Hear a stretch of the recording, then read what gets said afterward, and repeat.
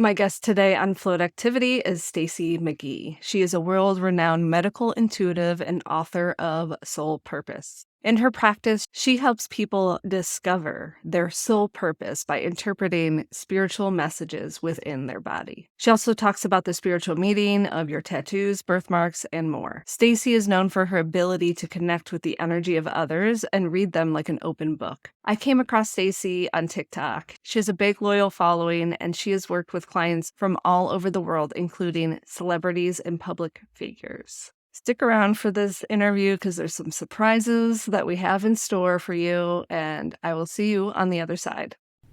Welcome to Float Activity, a place to inspire and empower beings to embrace self-love and self-development for an achievable balance of productivity. I share different ways to come back to your intuition through spirituality, self-care, human design, cycle planning, wellness, and everything in between. Thank you so much for joining me this week. If this is your first time, welcome. And if you've been here with me before, thank you so much for coming back. I'm so excited to join you in this journey as we learn together. Hi, Stacee. Welcome to the show. Hi, thanks for having me. I always love asking my guests what their favorite self-care practices are in their life at the moment. Well, I can answer this one very easily. It's massages.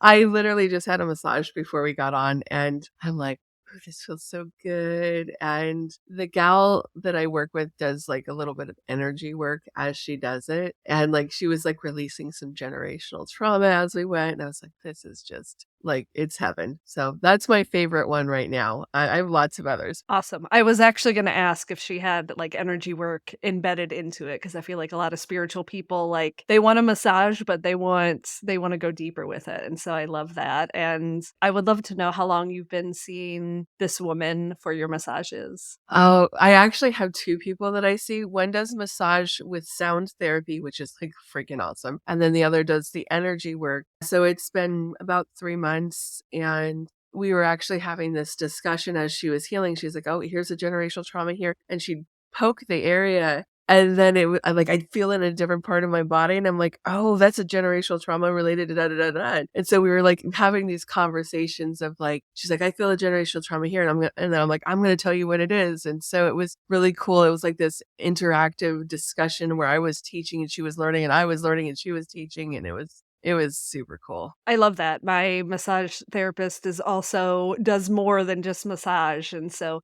you're inspiring me. I was thinking about booking one for my birthday, and I know your birthday is here coming up. And so I think you're inspiring me to do that because it is the ultimate version of self-care, I feel like. So It is. So definitely go do it. I highly recommend. And if you're in Arizona, you can let me know. I'll tell you where my person is. It's been life-changing. And I think, I used to think, oh, that's selfish.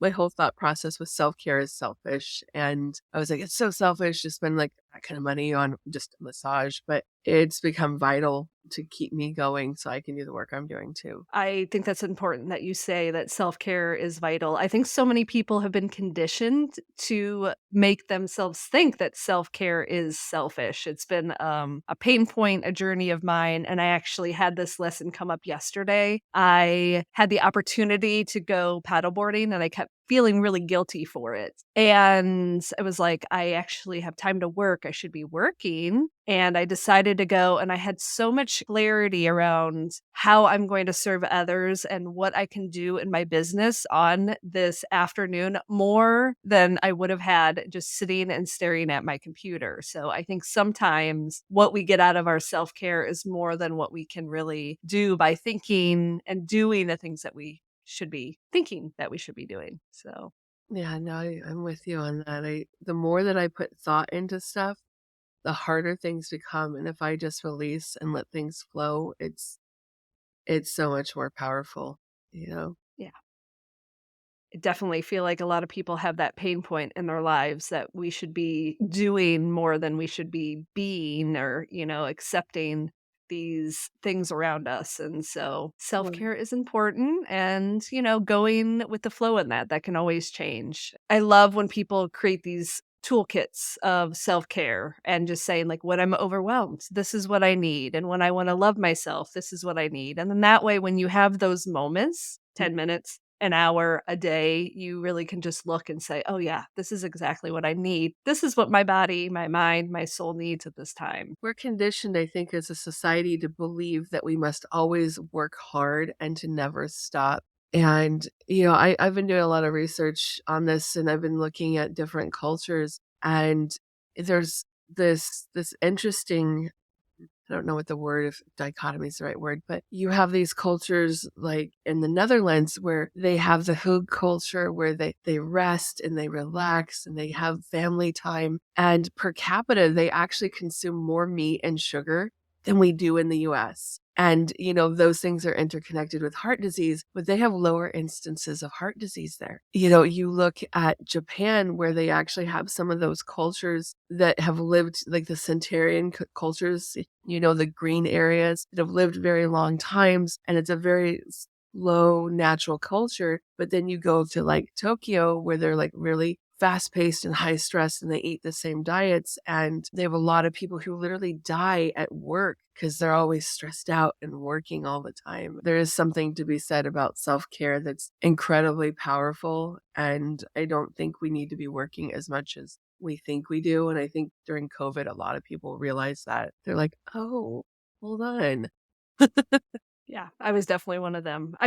My spiritual awakening happened before COVID, and then I had the beautiful opportunity to really dive into ultimately like what I wanted as a person. And I know not everybody has that opportunity or experience, but I started to say like I do have more control that I'm leaving up to me. So like what can I do to change this situation into what I want in my life with my family? And so it was the biggest blessing for me, even though there was definitely some hardships with it. And so it's just understanding of we don't want to have a life like this. What can we do to change that? And we do have the power to change a lot of our situations. Yeah, we hold the ultimate power. And I think, my dad said to me once, he goes, everything that happens to you is your fault. And I got kind of pissed off when he said that. I was like, how rude. Like, what? No, like, it's not my fault. All these bad things happened. It did get me thinking, though. And now I'm older and I'm more spiritually awakened. And I'm like, maybe it's not my fault. And maybe there's things that happen that are outside of my control, but I can control my reactions. I can control what action I take after. I can control the trajectory of what happens in the hours, minutes, days, months, what emotions I hold on to. And that makes all the difference in the world, I love that you brought that up because I am currently reading your book about the spiritual meaning of tattoos. And some of the things, if you don't mind me sharing about your book at all, is how you touch on the law of attraction and the universal laws. And so a couple things that I made note that I felt were really powerful is you said you have the power to control your reality with the help of the universe. And so I think that's a big piece of what we're saying. And that when you achieve true change, it is because you master yourself and focus on the larger interconnectedness of all things. You do not get caught up in the material rewards or self centered desires. This leads to intention that prioritizes the well being of others as much as your own. And so I love how you take the idea of tattoos and you connect it to the universal laws. And once I started to read it, I saw the connection. And I love that so much. Well, and I think, that concept is if, we are all one. If one hurts, we all hurt. If one is healing, we are all healing. And, when we look at it, the concept of the tattoo is this internal desire to self heal. And so it really becomes a really powerful way to look at things that, the person with the tattoo is hurting or healing. And we can help facilitate that process in some way also. So was it that TikTok that you had posted? Was that the general idea of what, inspired you to write this book?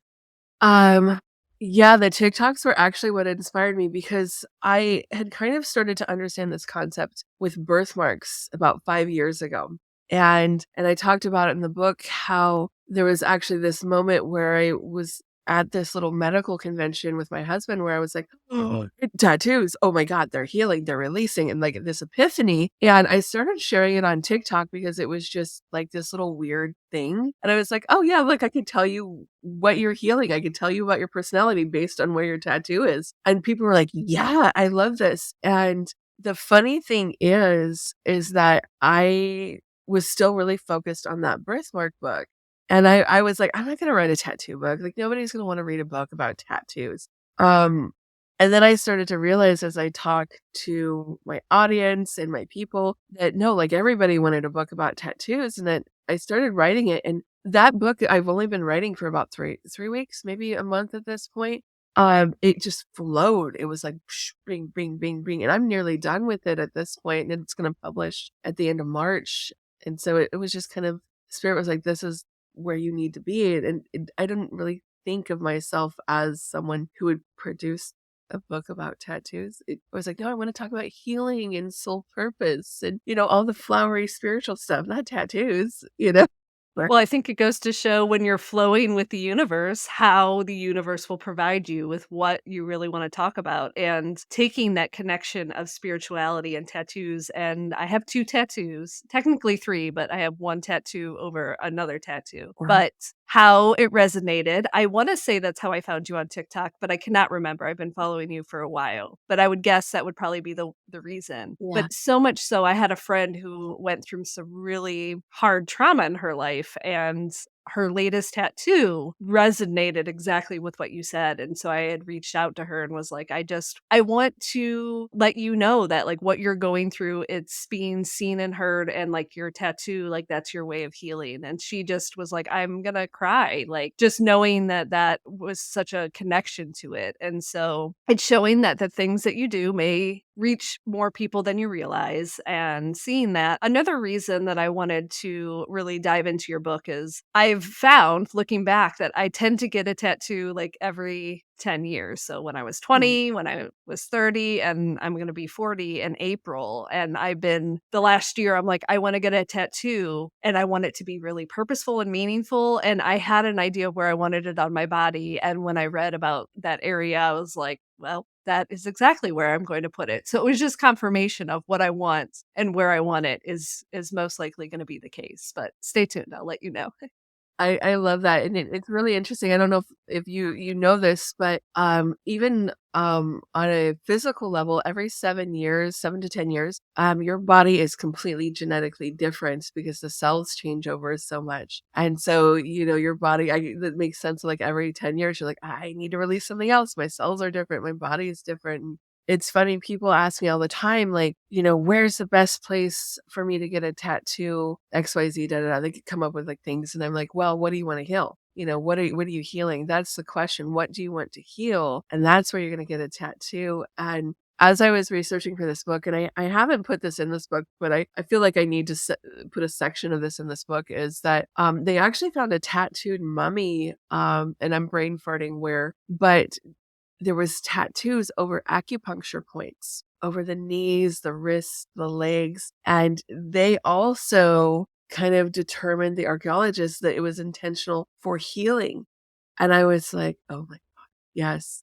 Yes, yes, yes, this is healing. And I hope actually to write a book in the future where I want to travel to traditional tattoo artists, indigenous tattoo artists, and speak to them also about what is your belief system about how these tattoos are spiritually and energetically. I've read about Tibetan monks that would tattoo the soldiers on their spine before sending them into battle. I'm like, well, yeah, of course they're going to tattoo their spine because they're less likely to get injured or killed because those tattoos are constantly exchanging the energy. And it's funny that I'm so excited about this topic because it wasn't something that like 5 years ago, if you'd be like, you're writing a book about the spiritual meaning of tattoos, I would be like, what? No. That's weird. But yeah, it seems like every bit of content I produce, whether it's a TikTok or a book, is on that slightly irreverent side of the spiritual world. It's not all that love, peace, and mantra stuff.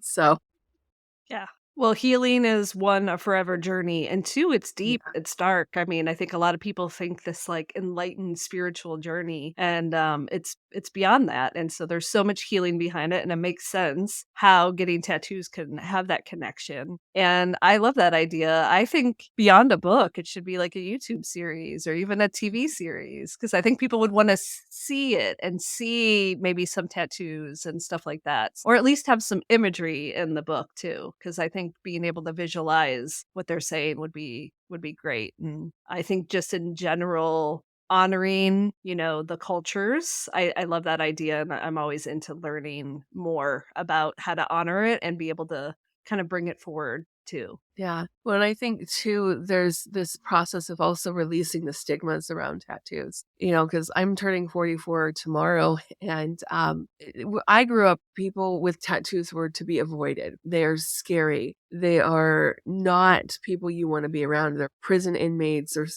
sailors or drug addicts. Those are the people who used to get tattoos. And so getting a tattoo is really taboo. And interestingly, even some research I've done now, even in Japan to this day, if you're tattooed, certain places will not let you in. You cannot go into restaurants or certain bathhouses if you have tattoos. But even Japan had a form, and I'm again, my brain farts so much. I'm like not remembering this. There's a name for it, but they would tattoo their traditional tattooing of the hands of the women. And then it was outlawed and banned. And so that is one thing I want to bring forward is the knowledge that these are traditional methods that have been used throughout many cultures. I've been researching the Scottish culture, the Pict people who tattooed their entire bodies and ran around naked fighting the Romans. And it's just so exciting. And I think, the cultural part for me may be a secondary book. I would love to include pictures of tattoos and things. And I think right now it's just getting the knowledge out there. And I feel like the book will maybe get republished with pictures and then add secondary books as we go. I love that, and this is a little bit off subject, but still in the same, idea is that there's been, an uprise in tattoos, and I think it's they're saying, the millennials and older are trying to rebel against being in the corporate world, so they're tattooing themselves so that, subconsciously they can't be hired in these places, but then it's kind of a joke that millennials are the ones stepping up into those CEO roles, and they're like, "Yeah, we love it, express yourself." So I think the time's changing with that a little bit, but I love the idea that it's, this subconscious way of, I'm not going to conform to your ideas, but I think it's changing. It is absolutely changing. I actually heard a tattoo artist that was saying, most people that are getting tattooed now in my office are women, are mothers and daughters coming in to get tattooed. I follow a lot of tattoo artists, and some of them would do these beautiful little fine line, subtle tattoos. And if a woman tattooed her hands in the past, it was like, oh, she's probably been in jail or ooh.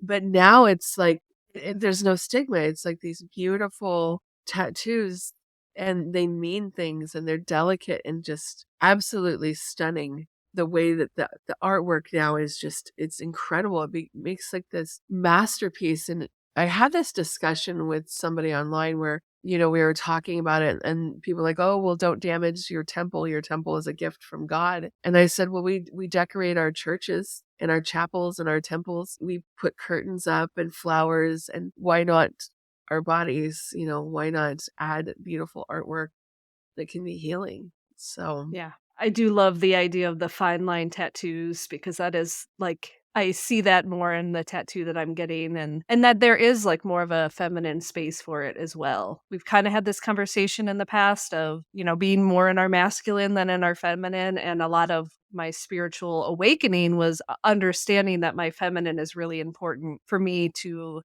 personally to be connected to spirit. And so I want to have that honor to that feminine nature. And so being able to have a tattoo that represents that is really important to me. yeah. Well, and I think, tying into your comments about the corporate world, we've been in this masculine world for so long. It has been almost survival instinct for women to have to conform to the masculine and operate in the masculine to survive. And we're in this transition now where the masculine structures are crumbling and we're moving into that divine feminine controlled world. And even in tattoos, we can see this, but we can see this apparent everywhere where people are more in tune with their emotions. And, like in COVID, where people are like, hold on, I don't have to go to the office every day. I can work at home.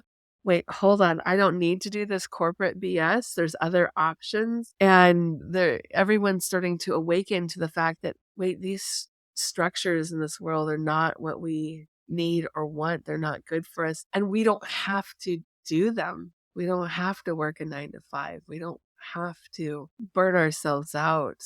you know? And it's also having that idea that we get to redefine success because I feel like the definition of success was in this masculine success, like this is how it should be. And being able to take a step back and say, this version of success for me is to be present with my family. It's to be able to work from home. It's be able to have freedom to be able to do these things. And so sometimes when we redefine that version of success, it will let these certain things that we thought we needed in our life kind of fall away because everybody else told us we had to do that. Are you ready to make a real change in your life? Here are just a few benefits on working with me as a certified holistic coach. Together, we gain insight into your authentic self. We explore your design with modalities like human design, cycle vitality, and astrology. And you'll gain a deeper understanding of your unique strengths, challenges, and your purpose in life. Together, we work on improving relationships. Understanding your own design helps you communicate more effectively with other people, build stronger relationships, and have more fulfilling connections around you. We increase your productivity. By aligning your work with your natural rhythms and your strengths, you'll be able to work smarter and not harder, achieve your goals, and live with a greater ease in your life. We work together on reducing stress and overwhelm. By working with me, you'll learn how to manage your energy, reduce stress, and cultivate more balance in your life. We work on a more authentic life. When you're aligned with your unique design, you'll feel more confident, empowered, and fulfilled in every area of your life. Those are the benefits with working with me. As a certified intuitive life coach, my focus is not telling people about their human design, cycle vitality, or even astrology. Instead, my role is to help you discover and align with your desires and take aligned action based on how you operate. It is time for you to look within at how powerful you are and welcome your intuitive intelligence. If you want to work with me, head to karadempsey.com/offerings. Yeah, and it is so true. You see people that are like going to the tiny houses or living in RVs or yurts, and they're like, hold on, I don't have to have the 3-bedroom house and the 2 cars and, all of this stuff. I can just be kind of free and flowing with my life. And, I'm actually in the process of convincing my husband of the same, like, we don't need this stuff. Let's go. I told him, I'm like, I just want to go live in a yurt in the woods. And he was like, okay. But like he doesn't see how it can happen, but I'm like, I'll make it happen. Just flow with me, right? But yeah, there's a beautiful realization and an awakening and a healing that is happening in the process. We are starting to heal ourselves and others. And, unfortunately, there's the masculine that's still like, hey, wait, no, we need control. So there's still some pushback that's happening, but it's been very beautiful to see people awakening to that fact, like, hey, I can have something different. And oh, wait, I don't have to work my whole life to retire and get what I want. I can kind of retire now. My dad always told me this story, and I don't know if I'll retell this properly, but it was a story of this fisherman. I think the setting was in Mexico or something. And he went out fishing every day and caught enough fish to support his family. And they lived on the beach and they kind of loved their life. And one day this businessman came and he noticed, like, oh, yeah, like, you know what? I'll invest in your business. We'll get a big fleet of boats. And then someday you'll be able to retire on the beach and just live happy and love your life. And the guy looked at him and he goes, I'm already doing that. I'm already living on the beach and loving my life. Why would I need more? And I think we have to accumulate more. And really, we don't need as much as we think we do. Yeah, I love that, and I feel like that resonates a lot right now is I am having a hard time thinking that I have enough right now, and it's because I'm expecting the universe to provide more than I need instead Mhm. of what I need. And so that definitely resonates, and I'm, like, trying to sit into that, like, I am taken care of. Why do I think I need more than what I need? And I even get there, I'm like, oh, I need XYZ or I need stuff. And then I look around my house, I'm looking at my room right now and I'm like, I have stuff everywhere. My needs are met. I am divinely supported. I have enough food to eat. I have a roof over my house. I have more stuff than I need that I'm tripping over sometimes. I think I also look at, I had this discussion with my sister yesterday because we were talking about decluttering. And she goes, you're not going to take any of it when you die. Absolutely none of it. And I was like, you're right. The only thing we take with us is our knowledge, our wisdom. And all these things are tying us down. And we feel like we have to be these little hoarders and collectors of things and emotions and experiences. And that's what makes us successful. When success is not a number in our bank account, it's not the number of possessions we have.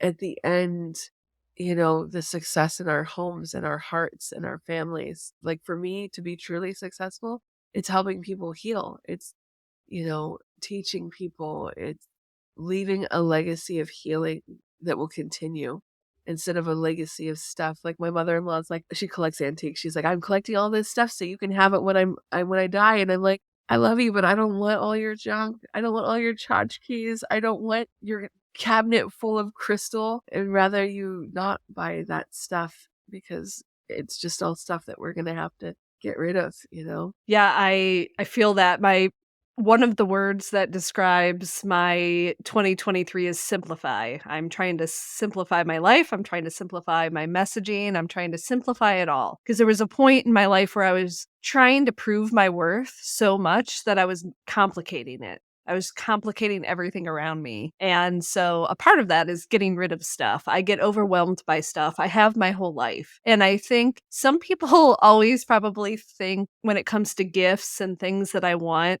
I'm very particular. And it's not because it is because I'm picky. I will say that I am picky. But I feel like it's wasteful. Like to get something that it's not going to be use of for me or it's not going to serve a purpose, it feels like a waste, and then I get overwhelmed with all of it. And so having 2 younger kids, they come with stuff. Just going through and being like, "Is this useful for us? Is it just filling up space?" And so right now my back porch is filled with stuff I'm either donating or selling to just get it out and away. And I know once everything is gone out of there, I will be able to take another little breath of being like, "Okay, one more step into simplifying." Yeah, no, I'm absolutely with you. My back porch is the same. And I was getting overwhelmed. I was like, oh, I have to have a garage. I have to do all this stuff. And my sister last night was like, just pick one thing and put it on Facebook Marketplace and sell it, and then pick another thing and sell it. And eventually you'll get rid of all of that stuff. And I think too, we look at stuff as things, but it also, things hold energy, objects hold energy. And so, we look at the object and we say, what energy does this hold? And even with gifts, someone said to me once, they said, the gift is not the item, but the gift is the act of giving. And that once it's given, then it's served its purpose. And what you do with that after is up to you. And so if someone says like, oh, Stacee, here's a kombucha. And I'm like, oh, but maybe I said, I don't like this flavor of kombucha, but you feel like you're forced to drink it. Like you would just be like, the whole time, right? But you're just like, oh, thank you so much for the gift. And then maybe I'll give it to my husband because he likes this flavor. Or I just say, well, this is awesome, but I don't like this flavor and I'm going to throw it in the trash or donate it or whatever. That's okay. Like we don't have to hold on to stuff. Like when my grandmother passed away, I was holding on, I realized, to all her clutter, like old bath towels, because I remember using this bath towel to go swimming as a kid with my grandma. So I needed that bath towel for that memory. And I realized like, I don't need this ratty old bath towel because I have this beautiful memory. The energy behind things can be released so that we can make space for new energy, whether it's a thing or an idea. And just like with my birthmark book, I had this idea. I wrote this book and I always felt really kind of stuck with it. And so I was like, I'm going to release this birthmark book and go on and do this tattoo book.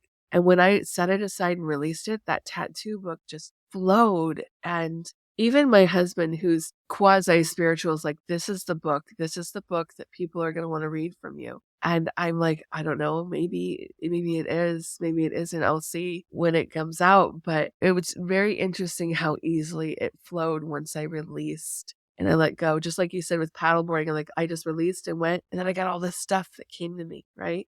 Because you let Yeah. go, right?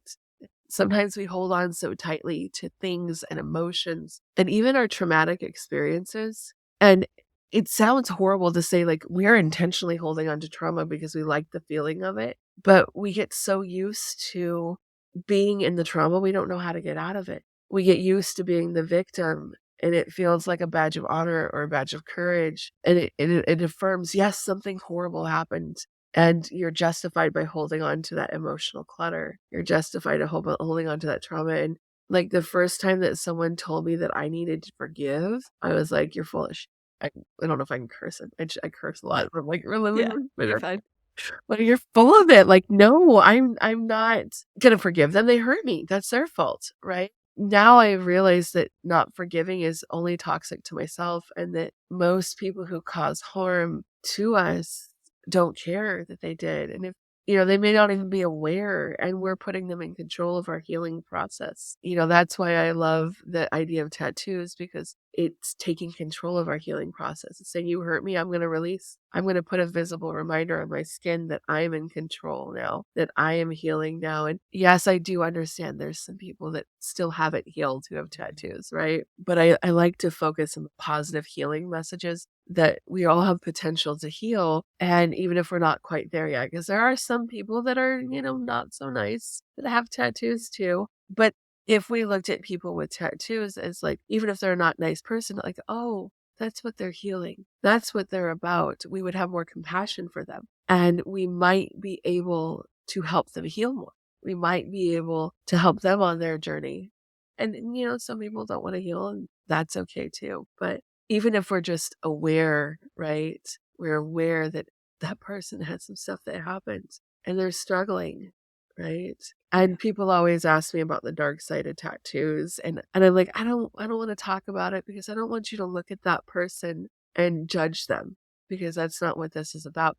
Because I can tell you, like, they're like, which tattoos are warning signs? Well, there are some for sure, right? If I tell you that, you're going to look at the dark side of everyone. You're going to be like, oh, every person that has XYZ tattoo is a narcissist. When it's not true, that person could be healing from a narcissist, right? And so that's why I kind of steer away from that. Just the sense of how that all came full circle is like, when we release things, things will come back into our life, like good things. And it's whether it's things that are cluttering our space, whether it's generational trauma, whether it's our own trauma, and these things of just going through the process of healing. It's not easy, but when we put that energy into it, and when we try to focus on releasing the bad, not giving too much light to the bad things, saying that you don't want to talk to someone about the bad side of tattoos, there's a dark side to everything. And so I think in the spiritual space, if we can focus on the healing, the good side, and kind of move it away, we'll put that good out there and we'll get back that good, like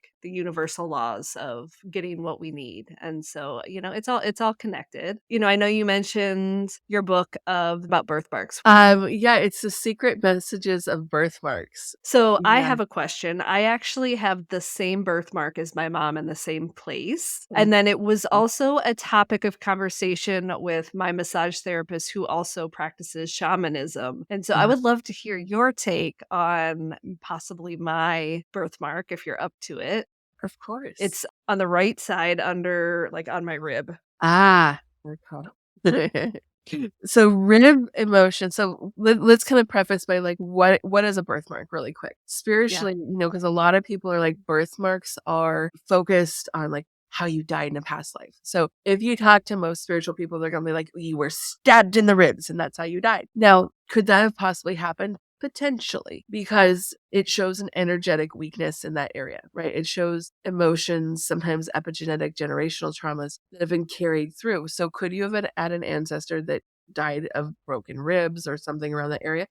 Sure. But just to kind of dispel that, because really what it is a reminder, what are you here to do? What are you here to heal? What is your soul purpose? And so when you're seeing repeating birthmarks, obviously there's a generational epigenetic connection, that there's emotions there. And so are you okay if I just scan your body and ask your body specifically what it means to you? Because Yeah, of the course. things that I know, so I know that ribs are usually being kicked while you're down, betrayal emotions, being guarded, right? And sometimes people who have rib emotions can, tend to just have a lot of intense emotional swings. But let me ask your body specifically why you have your birthmark. So let's see, Kara. And you said right side, right? Let me check real quick. Did it disappear? Because that's even cooler if it did. Oh my God. I love this. This is so fun. Okay, that's actually a good thing. So we're gonna talk about why birthmarks disappeared really quick. So when your birthmark disappears, it's literally saying lessons learned. It's saying I have kind of learned and grown from where I was supposed to be. And so that is actually like a really, really good thing that your birthmark has disappeared, because it means that you have basically learned the lesson. And I always love it to see when people's birthmarks fade or go away, because that shows that, hey, we're successful. We're successful in healing, basically. And so when we look at that core strength, it's saying, the torso is about core strength and about your individual core being and your secrets and your emotions. So it shows that you have really kind of started to become active and self-reflective and introspective and healing yourself. And so for me, that's a really good thing that you've healed, right? So I'm just going to ask your birthmark really quick about it. Even though it's there and it's been generational, your body will still have the memory. So you tell me why. As a reminder to always trust oneself and others. So this birthmark is about distrust. So you remember, like I was saying, like, okay, I know this is about betrayal.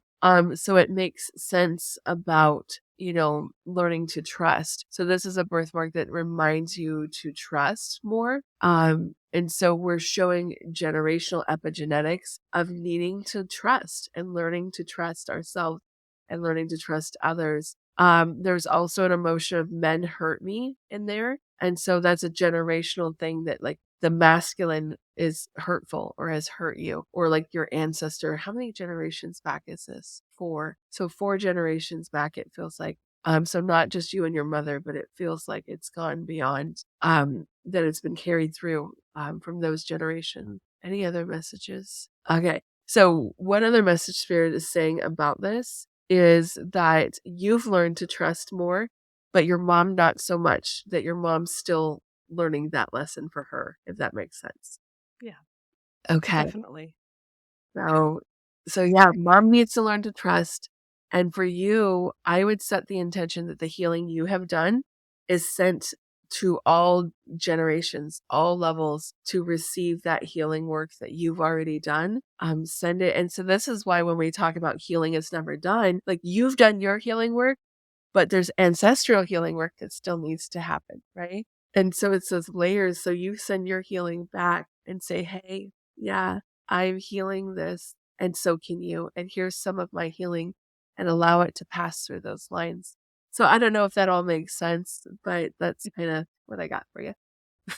It does. I mean, when we were talking about, well, one, I'm like, had no idea that my birthmark disappeared. Like that's blowing me away. And then just the reasoning for it, because I have worked really hard on healing myself. So to know that there's like an actual visible transformation there, that's crazy, especially because I had it, my mom had it. So it wasn't just that it was just on me. And so that makes sense. And I appreciate you taking the time to do that. Like that felt like really connected. And there was a lot of connection to what my integrative specialist was talking about, the generational trauma and how that was connected, and so that felt very true. So thank you so much Yeah, for sharing that. absolutely. I'm always glad to help. And I think, that's the awesome thing about being able to help each other heal and recognize what we have to heal. And I know some people are probably asking, like, well, what if my birthmark hasn't disappeared yet? Then just keep working on it. And some birthmarks don't always disappear. Typically, it's the brownish colored ones that will tend to disappear a little bit more, or brown or blue tends to disappear a little bit more. The ones that are like red or purple, there's a lot of intense emotions with those. They're emotionally reactive. So those take a lot of inner work, and usually typically won't disappear. But yeah. Yeah, thank you so much. Now, of course, one of the things that I've recently gone through with you is the Radiant and the Intuitive course. Mhm. And I do have a clarity moment going through this course. And I realize that I've distanced myself from a lot of people in my life. And I realize now why. Intuitively, I can see someone how they need to heal, how they need to strategize or take action in their life to kind of propel themselves forward. But I know not everybody's in the right place to hear this. And that the second piece is coaching isn't telling people what to do and how to help them to a conclusion. And so, is there any feedback to help me navigate this? Because it's taken me going through your course to realize that is my intuitive gift, is I can Yeah. honestly feel what someone needs to do and what's the best way to go about that and using that in what I'm doing to help people. Oh, there's so many answers here. First, we always come from a space of like non-reactivity, non-judgment. I see myself as a deliverer of information. Here's the information. You do what you want with it, right? It's like giving someone a donut. Like, here's a donut. You can eat it. You can throw it in the trash. You can give it to someone else. And that's the way it is when you're helping people heal. You're like, I have a gift for you. What are you going to do with it?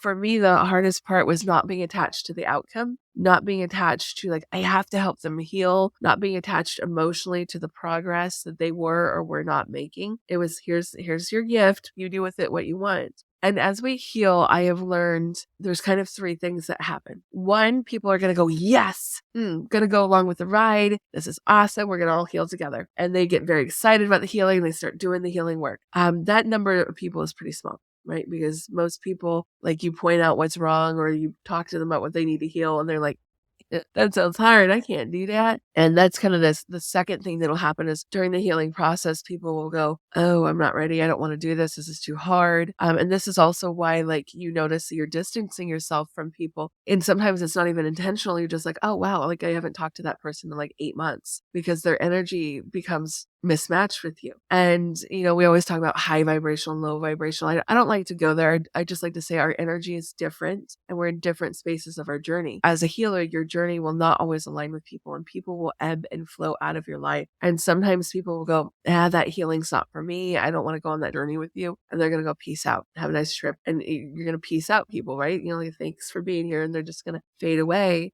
And the third thing that happens is this reactivity where either we become reactive. We're like, this is hard. I can't heal. Ooh, we tense up. We hold on to stuff. Or the people around us go, oh, hold on. You went to heal. No, no, no, no, no. You're not allowed to heal. Let me make your life a living hell so you can't heal, right? And those are the people that you have to burn bridges with. You have to set very clear boundaries and you have to say, no, thank you. And so, the same thing is with clients is that some clients are going to go, I'm with this. Let's heal together. This is amazing. And some clients are going to go, oh, no, this is way too much. And other ones are going to like fight you the whole way and say, no, you're wrong. And let me do it this way. And so kind of bringing this back together when you're in a space of non-judgment, non-reactivity, where you're just like, hey, I'm giving you a gift of knowledge or reflecting what you need to heal and you do with it what you please, that becomes so helpful, even intuitively, because when your intuition is just about sharing what spirit gives you and nothing more, nothing less, I'm just sharing, it becomes so powerful. But if you sit there and you think about things and try to plan things out and like, what am I going to do to help this person and how am I going to fix it, it causes problems. And so, like, when I go into my sessions, I have prayer and meditation before, and I just set the intention, help me to speak the words that are most important for this person to heal. Show me the most important places of healing for this person. And I go with the flow, and I never think about what is my next step or where do I need to go. It's always, okay, where am I going, spirit? What is the message I'm sharing, spirit? What does this person need? And intuitively, whatever pops in my mind, whatever kind of comes up, that's what it was meant to be, right?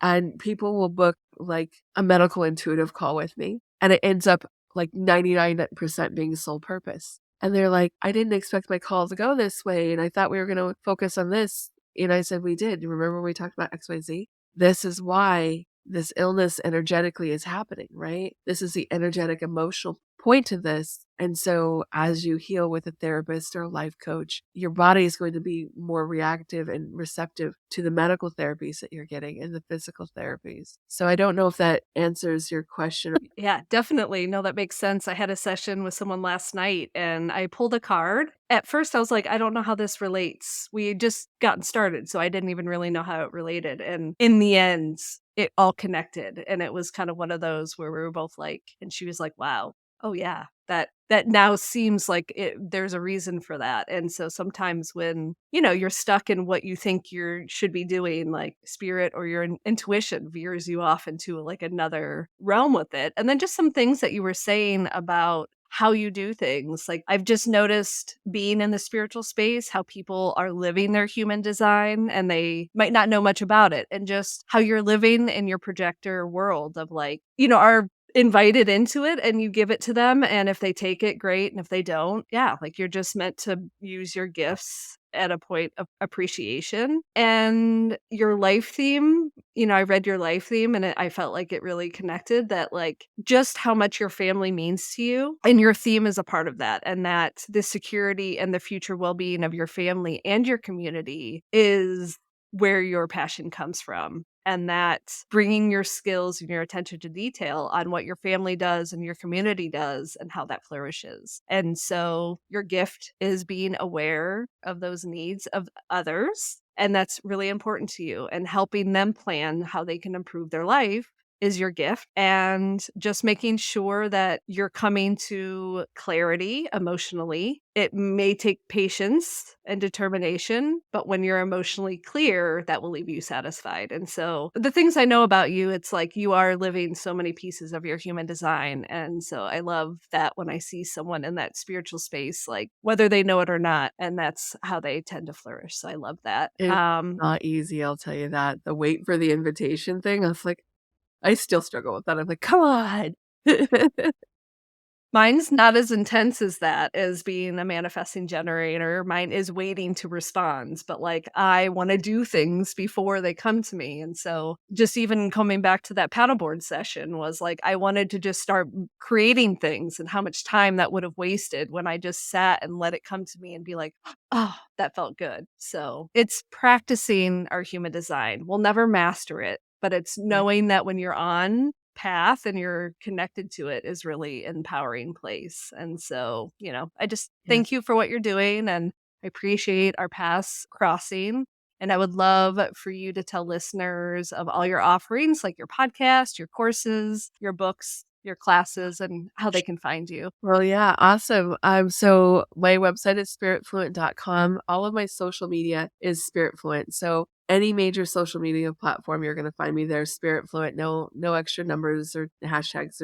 There's some fake accounts out there, so it's just Spirit Fluent, all together, one word. And as well as my podcast, the Spirit Fluent podcast, where I just talk about my random spiritual intuitions for that day, and nothing is planned. I get on that podcast and Spirit's like, talk about this. I'm like, okay, cool. And we talk about that. I do have classes. Most of them are free or donation based on my YouTube, as well as live classes that I teach all the time. We're very much focusing on healing soul fractures, generational trauma, childhood trauma, and I'm co-facilitating a retreat with Des. That's in a couple weeks here in Phoenix, and we're also planning a retreat in Scotland coming up. Oh my gosh, I'm doing so many things now that I think about it. I'm like, gosh, I have this and this and this. I have my book, My Spiritual Awakening is a Shit Show, that is already on Amazon. And my tattoo medicine book will be out probably the end of March. Beginning of April. We'll see how it goes with the editing. March is my goal to be out. And there's a wait list also to sign up if you're interested for that book on my website. Perfect. I will make sure all of those links are in the show notes. And I just, again, appreciate you coming on here. I feel like we might need a part two whenever you have a space, because I could talk to you all day. And yeah, I just thank you so much for coming on here. Heck yeah. Anytime you want me on, you just let me know. I love doing podcast interviews. It's so much fun. I just talking to other spiritual people makes me happy. So Anytime. And thank you for having me. And thank you to your listeners for listening. All right. Thank you, Stacee, and we'll chat soon. All right. Bye. Thank you so much for joining me on today's episode. If this was your first time, welcome. And if you've joined me for previous episodes, thank you so much for coming back. Before you go, could you share my show with a friend and subscribe? Those few seconds make a big impact on my show, and I'd be grateful for the support. I love so much that Stacee was able to come on this podcast. I loved our conversation, and Stacee is the reason I became a coach. It was because of her I understood the importance of becoming certified, and because of that, that's how I found Radiance, and I was lucky enough to also take her intuitive course alongside of it. Just diving into the idea, the spiritual meaning of tattoos and birthmarks, it's always been something I've been fascinated about. I hope to have her on again as a guest. And if you want to find out how to connect with Stacee, you can check the show notes and all the links mentioned. Everything will be at karadempsey.com/61. Thanks for being here, and we'll chat soon.